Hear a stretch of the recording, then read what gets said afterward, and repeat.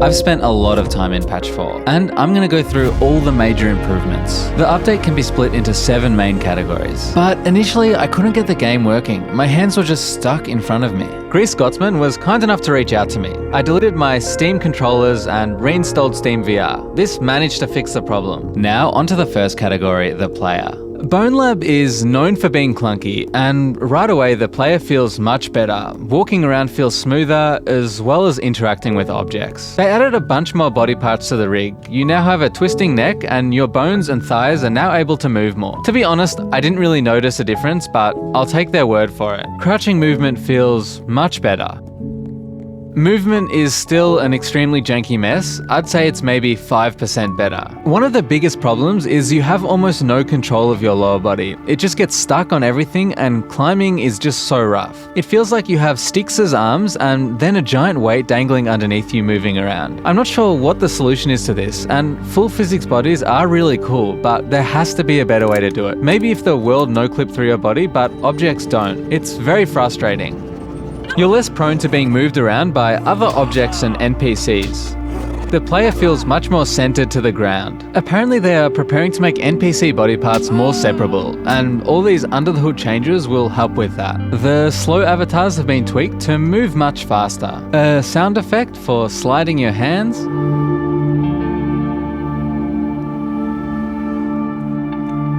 Gun recoil is apparently much smoother.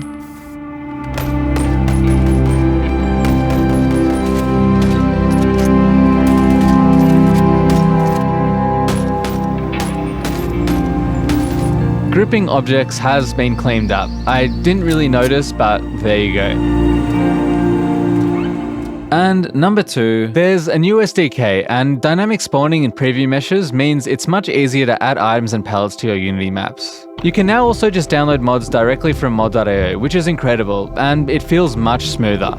This is one of the best implementations of modding I've seen in a game. I love the added feature of using your desktop and then just clicking a button to sync them in the game. It removes the hassle of installing mods. All mods are broken, and it's extremely frustrating. I understand it's a short-term issue, but with all these updates coming, it makes you wonder if it'll just further splinter the user base. Stress Level Zero uploaded their first mod, which is one of their pre-release maps from Boneworks. There's a bunch of things to play around with, and the lighting effects are pretty cool. It's a shame the Thunderstore code mods don't work. Those were always the best. I wish the SDK would allow for things like that, but it doesn't, and I don't know if that will ever change. And number 3, performance. Stress Level Zero have introduced zones. Now, when you leave an area, everything there vanishes and then spawns back when you go there with no performance hitches. And you can feel it. The game just feels a lot smoother. Mario entities also act much more dynamically with zones as well. There's also a whole range of quality of life improvements. There was over 150 gashapons in BoneLab, so going on an Easter egg hunt for objects was getting a bit daunting. But now there's a gashapon machine, so you can fill up your library instead of searching for hours. They are so satisfying to smash.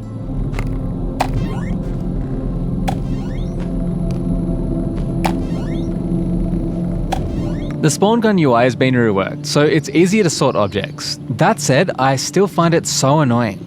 I wish it was bigger, and I wish it had photos. I just find it so frustrating to navigate. That said, it's the best spawn gun utility in any VR game, and for that I give them credit. I just wanted more of an improvement. I wish the utility UI was similar to Gary's mod and just massive, taking up your whole screen and including photos. It would just save so much time. It seems like every time I open a map, I spawn a gun and then spawn the 3 types of ammo and then have to walk over them. I wish there was a faster way to do this process. The body mall was also reworked for better organization. The text tutorials that hover over your hand seem to work much better as well. But to be honest, I just turn these off as soon as I can. Maybe for new players it would make things a bit smoother. They replaced most of the ladders with lifts. It's probably for the best. Those ladders were a bit glitchy. Apparently the ammo count has been reworked. The list of destroyable spawnables is much higher. It's very satisfying smashing them all.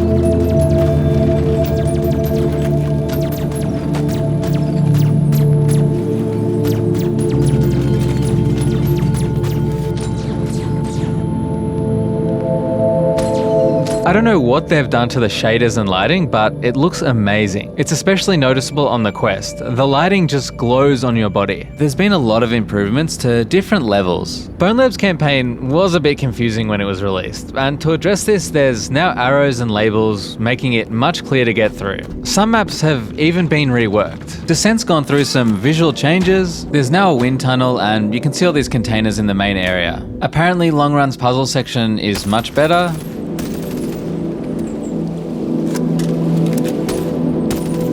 And Districts had some of its geometry overhauled. The doors have been updated as well to have these buttons on them. There's enough changes where I wanted to have a quick replay of the campaign, but not sit through the whole thing again. One of the biggest improvements is the audio. It's been moved to the Marrow SDK, and all I can say is wow. This is my favorite addition. Audio just sounds so spatial and rich.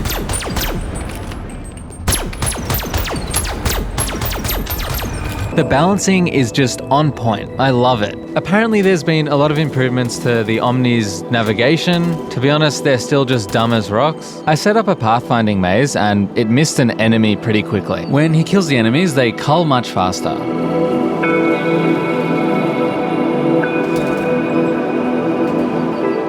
So that's all the major changes, but what do I think of patch 4? Everything seems very minor and under the hood. I think you'll definitely notice a slight difference, especially on the quest. That said, if I played this without knowing the game was updated, I probably wouldn't be able to tell. Patch 5's already in the works, and hopefully they'll add some more content to the game. I was really hoping for a much deeper SDK, but it doesn't look like we'll be getting that. I'd love to know what you guys think of the update, so let me know below. Can you believe it's been almost 2 years since Bone Lab came out? It's hard to imagine where the time went.